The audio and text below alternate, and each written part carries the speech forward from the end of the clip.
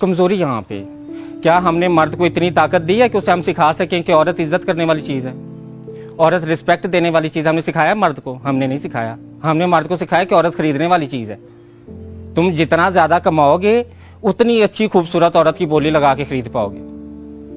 हमने तो मुआशरे में मर्द को ये सिखाया है, तो फिर हम क्यों लोग इतना पीट के कहते हैं कि मर्द जालिम? औरत आज निकल के कहती है रोड पे मेरा जिस्म मेरी मर्जी है और मर्द जालिम है। मर्द जालिम बना कैसे है? कौन सी औरत मर्द से आज ये तवक्को नहीं करती कि मुझे शादी करने के लिए, अपनाने के लिए पहले तुम्हारे पास गाड़ी बंगला होना चाहिए? अगर कोई मर्द कहे कि मैं सच्ची नीयत वाला हूं, मैं मुखलिस हूं, मैं तुम्हारे साथ वफादार रहूंगा, मुझसे शादी कर लो, मेरे पास पैसे नहीं, कोई औरत करेगी उससे शादी? उस औरत को हक है फिर ये कहने का कि भाई मर्द जालिम है? औरत खुद जालिम है। औरत ने मर्द पे जुल्म किया हुआ है और वो इस जुल्म को मानती नहीं। मर्द इतना ज्यादा मर्द मजबूर हो गया कि अब तो हमें ये सुनने को मिलता है कि अब तो ज्यादातर खुसरे जो होते हैं ना वो नकली आ गए, वो तो कुछ लड़के खुसरे बने हैं। हम डूब के नहीं मरते ये बात करते हैं, वो कैसे नकली खुसरे बने हैं? मुआशरे का इतना बड़ा तबका नकली खुसरे बन रहा है, उसे कौन रोकने वाला है? कोई नहीं, क्यों नहीं उसकी कोई जड़ ढूंढ रहा कि भाई ये कहां से बनना शुरू हो गए? हमने मर्द को मर्द रहने नहीं दिया। हमने मर्द को सिखाया कि तुम तमाशबीन हो, तुमने पैदा होना है तो तुमने औरत को या बेचना है या खरीदना है। बहन बेचनी है और बीवी खरीदनी है, उसके लिए तुम्हें पैसे चाहिए बहुत ज्यादा। जितने ज्यादा पैसे होंगे उतना अच्छा माल तुम खरीद सकोगे। ये सिखाने के बाद फिर मर्द से हम किस चीज की तवक्को कर रहे हैं कि वो अच्छा मर्द बन के सोसाइटी में? वो अच्छा मर्द नहीं बनेगा, वो इससे भी मजीद जालिम बनेगा। पाकिस्तान में 100 में से 60% नौजवान नस्ल है, उस नौजवान नस्ल में से 50% स्कूलों में नहीं है। तो जो 50% स्कूलों में नहीं है उनके पास एंड्रॉयड मोबाइल तो है, तो वो एंड्रॉयड मोबाइल पे क्या देखते हैं? वो एंड्रॉयड मोबाइल पे क्या कुरान और हदीस की तालीम सुन रहे हैं? क्या वो मोबाइल पे मुल्क को कैसे तरक्की की राह पे गामजन करना है वो नौजवान नस्ल ये सीख रही है जो स्कूलों में नहीं है? वो गंदी फिल्में देख रही है, जिनसी फिल्में जिनको सुनते भी हम शर्मा रहे हैं, जिनका नाम सुनते हैं मैं कहते हैं कि सारा जान देखता रहे लेकिन हम बात ना करें। ऐसे ऐसे हम मुंह छुपाते हैं एक दूसरे से, क्यों? हमने अपने नौजवान नस्ल में मुआशरे को ना तो तालीम दी है ना ही उसे तरबियत दी है। तरबियत को लफ्ज़ ही हमें नहीं ना पता क्या है।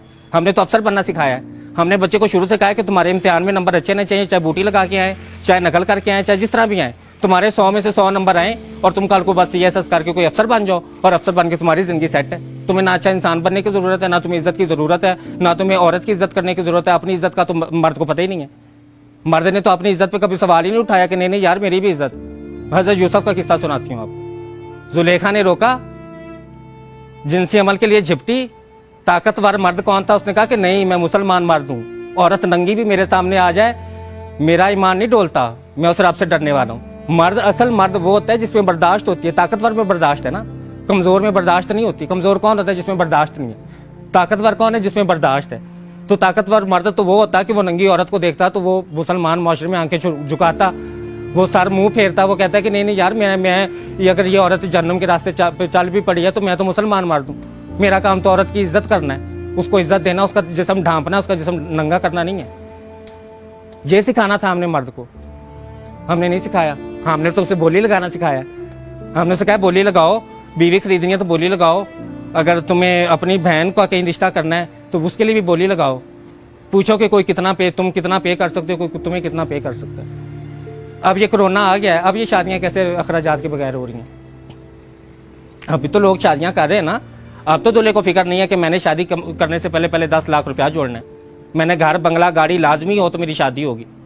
तो जब घर गाड़ी बंगला औरत देखती है ना, जब औरत मांगती है कि भाई मैं शादी करने के लिए घर बंगला गाड़ी मांगती हूँ, तो फिर जारी बात है मर्द भी बोली लगाता है। तो हम बेचने खरीदने का काम कर रहे हैं। हमें सिखाना पड़ेगा कि रिश्ता क्या है, शादी क्या है, निकाह क्या है, 3 कलमे पढ़ने का मतलब क्या है, कौन सा ये रस्म कहाँ से आई है? मुझे ये बता दें कि इस्लाम में, तो मुझे ये पूरे इस्लाम में ये रस्म नजर नहीं आती कि भाई दूल्हे को शादी के लिए जो है वो एक घर गाड़ी बंगला लाजमी होना चाहिए, सोशल सिक्योरिटी होनी चाहिए, फ्यूचर सिक्योरिटी होनी चाहिए। ये कॉन्सेप्ट कहाँ से है? कौन लेके आए सोसाइटी में ये कॉन्सेप्ट? जाहिर बात है जब औरत मर्द से तवक्को करेगी इस चीज की तो मर्द भी तो फिर बदले में मांगेगा ना। ये तो लेन का देन है, मार्केटिंग क्या है? आप बोली लगाएंगे, आप खरीदेंगे तो फिर शराइत रखी जाएंगी।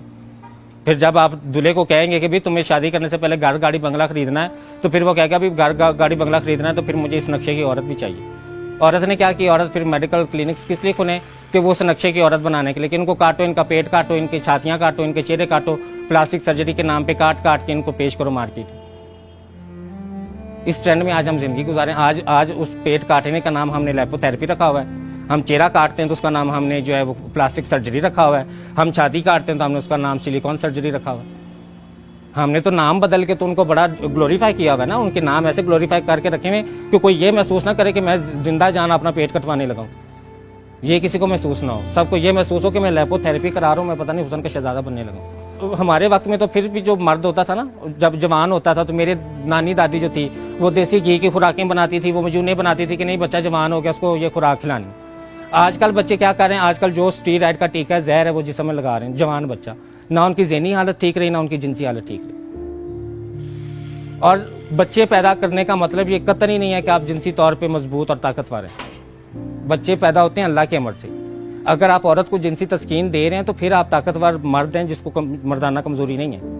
और अगर आप औरत को जिनसी तस्कीन नहीं दे रहे और औरत बगावत पे उतर आई और वो रोड पे कहती कि मेरा जिस्म मेरी मर्जी, मुझे तुमसे तस्कीन नहीं मिलती, अब मेरा जिस्म है, मैं जिसम मर्जी तस्कीन लूं, तो वो उस मर्दाना कमजोरी का इलाज जो है ना वो खुराक से और ज़हनी सुकून से हो। जब तक मर्द के ज़हन में ज़हनी सुकून नहीं डाला जाएगा, जब तक उसके ऊपर से ये जिम्मेदारियां और बोझ नहीं हटाए जाएंगे, तब तक ये चीज़ें नहीं ठीक होंगी।